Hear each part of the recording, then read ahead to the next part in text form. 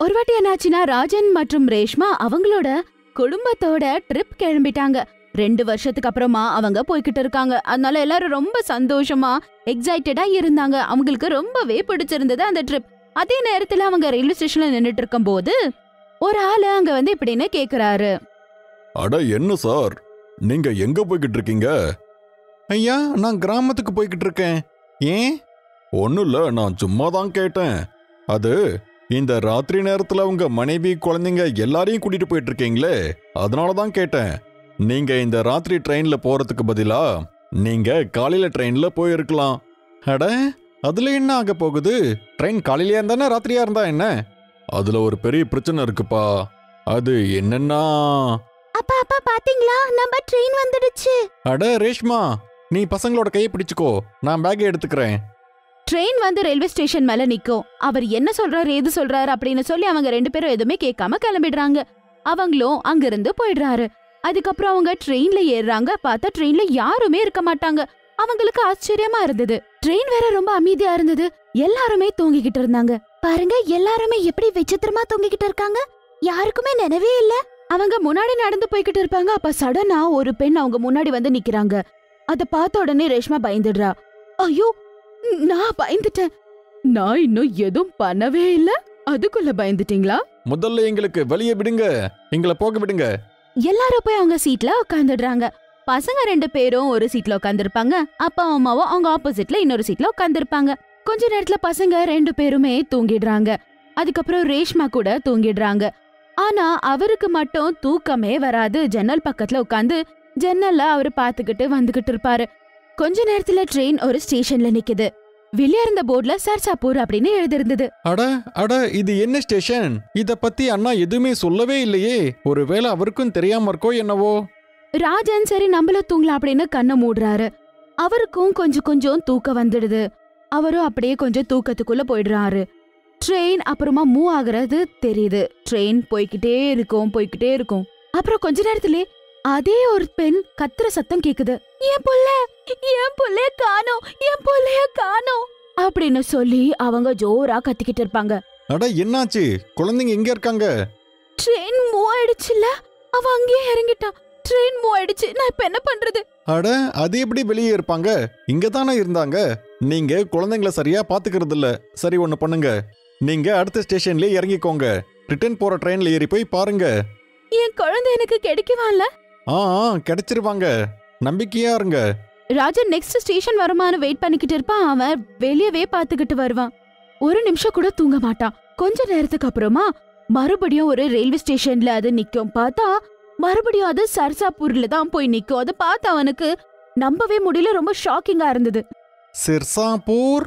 இப்பதானே இந்த ஸ்டேஷன் முடிஞ்சது. இது என்ன மறுபடியும் இதே ஸ்டேஷன் வந்திருக்கு? அதுக்கப்புறமா அவன் பாக்குறான், அந்த பெண் கூட அங்க இருக்க மாட்டாங்க. கொஞ்ச நேரத்திலேயே அவன் எந்திரிச்சு வரான். வந்து ட்ரெயின்லக்குள்ள நடந்து போறான். ட்ரெயின்குள்ள அவன் பாக்குறான், ட்ரெயின் முழுவதும் காலியாவே இருந்தது. அட என்ன இது? இப்பதானே இங்க இத்தனை பேர் இருந்தாங்க. ஆனா திடீர்னு எப்படி இந்த ட்ரெயின் முழுக்க இவ்ளோ காலியா இருக்கு? அட, என்ன நடக்குது இங்க? அட என்னாச்சுங்க? ஏன் அவ்வளவு பயந்து போயிருக்கீங்க? நாம இப்பவே இந்த ட்ரெயினை விட்டு இறங்கணும். ஆனா ஏன்? முதல்ல ட்ரெயினை விட்டு கீழே இறங்கு, அதுக்கப்புறம் சொல்றேன். சிங்கு எங்க? அவ வாஷ்ரூம் போயிருக்கான். நீ எப்படி அவளை தனியா அனுப்புன? நீங்க வேற இங்க இல்ல, பிங்கி தனியா இருப்பான்னு சொல்லி அவனை அனுப்புன. அவன் போயிட்டு வந்துருவாங்க, கவலைப்படாதீங்க அப்படின்னு சொன்னதும் அவன் பயந்து போய் ஓட ஆரம்பிக்கிறான். ஓடி போய் அங்க பாக்குறான், அவன் அங்க இருக்க மாட்டான். அதுக்கப்புறம் அவங்க பையனோட பேர் சொல்லி கூப்பிட ஆரம்பிக்கிறாரு ராஜு. சிங்கு, மகளே சிங்கு, நீ எங்க இருக்க? ரேஷ்மா மற்றும் பிங்கி கூட ரொம்ப பயந்து போறாங்க. அதுக்கப்புறம் அவங்களும் பையனை தேட ஆரம்பிக்கிறாங்க. சிங்கு எங்கடா போயிட்ட? இது கண்டிப்பா அந்த பொம்பளையோட வேலையாதான் இருக்கும். எந்த பெண்? அட, நீ பார்த்து பயந்தியே, அந்த பொம்பளை தான். நீ இங்க தூங்கிட்டு இருக்கும் போது அழுதுகிட்டே அந்த பொம்பளை எங்கிட்ட வந்தாங்க. அவங்க இந்த ஸ்டேஷன்ல இருக்கும் போதே அவங்களோட குழந்தை முன்னாடி ஸ்டேஷன்ல இறங்கிட்டதா சொன்னாங்க. கொஞ்ச நேரம் கழிச்சு ட்ரெயின் சிர்சாப்பூர் ஸ்டேஷன்ல நின்னுடுச்சு. இப்ப நாம அங்கதான் இருக்கோம். ஆனா இப்ப பாரு, நம்ம நிலைமையும் இப்படி இருக்கு. அந்த பொம்பளையும் வேற இப்ப காணாம போயிட்டா. ஸ்டேஷனை பத்தி சொல்லி என்ன பயந்துகிட்டு இருக்கீங்க ஏதோ? ஏன்னா இதுக்கு முன்னாடியும் இந்த ட்ரெயின் இதே ஸ்டேஷன்ல தான் நின்னுச்சு. நான் தான் அந்த போர்டையும் பார்த்தேன். ஆனா இது எப்படி சத்தியம்? ஐயோ கடவுளே, ஏதோ பிரச்சனை இருக்கு. வாங்க போய் நம்ம புள்ளைய தேடலாம் வாங்க. அதுக்கப்புறம் ட்ரெயின் இறங்கி போறாங்க. ஸ்டேஷன்ல கூட யாரும் இருக்க மாட்டாங்க. கொஞ்சம் தூரமா ரயில்வே ட்ராக் மேல யாரும் நடந்து போற மாதிரி தெரியும். அவங்களும் கை மேல ஒரு குழந்தை தூக்கிட்டு போவாங்க. அதை பார்த்து ராஜன் பின்னாடியே ஓடி போய் கத்த ஆரம்பிக்கிறான். அப்புறம் அந்த பேய் திரும்பி பாக்குது. அந்த பேய் கையில குழந்தை இருக்கும். அந்த குழந்தை நினைவிலே இருக்காது, தூங்குன மாதிரி இருக்கும். பேய், நீ எதுக்காக என்னோட பையனை கொண்டு வந்து இங்க நிறுத்தி இருக்க? விடு அவன. இல்ல, இது என்னோட குழந்தை, நான் விட மாட்டேன். இல்ல இல்ல, இது என்னோட சிங்கு, இவன் என்னோட பையன். இது சிங்கு இல்ல, இவன் என் புள்ள. இவன் ராஜு. என் புள்ள கிட்ட இருந்து தூரம் போயிட. பேய் சீக்கிரமா அந்த ட்ராக் மேல வேகமா ஓடி போகுது. அதுக்கப்புறம் அங்க இருந்த ட்ரெயின்ல ஏறிடுது. ராஜன் கூட பின்னாடியே ஓடி போறாரு. அதுக்கப்புறம் ரேஷ்மா பிங்கியோட நின்னுக்கிட்டு இது எல்லாமே பாத்துக்கிட்டு இருப்பாங்க. அதுக்குள்ள அந்த பேய் ரயில்வே ஸ்டேஷன்ல இருந்து அந்த ட்ரெயின்குள்ள ஏறிடும். அந்த ட்ரெயின் கூட அங்க இருந்து கிளம்பி போயிடும். ரேஷ்மா மற்றும் ராஜன் கத்த ஆரம்பிக்கிறாங்க. இப்ப அவங்க 2 பேரால எதுவுமே பண்ண முடியாது. ட்ரெயின் அங்க இருந்து முன்னாடி போயிடுது. ராஜன் அங்கே உட்காந்து அழ ஆரம்பிச்சிடுறாரு. அவ என்னோட பையனை தூக்கிட்டு போயிட்டா, எடுத்துட்டு போயிட்டா. இனிமே நான் என்ன பண்ணுவேன்? ராஜன் அழுறத பார்த்து ரேஷ்மா அங்க கிட்ட போறாங்க. அவங்க 2 பேருமே என்ன பண்றதுன்னு புரியாம யாராவது உதவிக்கு வருவாங்களான்னு தேடிக்கிட்டு இருப்பாங்க. அவங்க என்ன பண்றதுன்னு புரியாம இருக்க நேரத்துல கரெக்டா ஒரு பாபா அந்த பக்கம் நடந்து வராரு. அவங்க 2 பேரும் அழுறத பார்த்த பிறகு அவரு போய் கேக்குறாரு, என்ன ஆச்சுப்பா? எதுக்காக அழுதுகிட்டு இருக்க?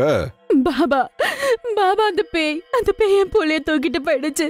பாபா, என் புள்ளைய போயிடுச்சு. ஐயோ கடவுளே, அட இப்படி நடந்துருச்சு. அந்த பேய் மறுபடியும் இப்போ ஒரு குழந்தைய தூக்கிட்டு போயிடுச்சா?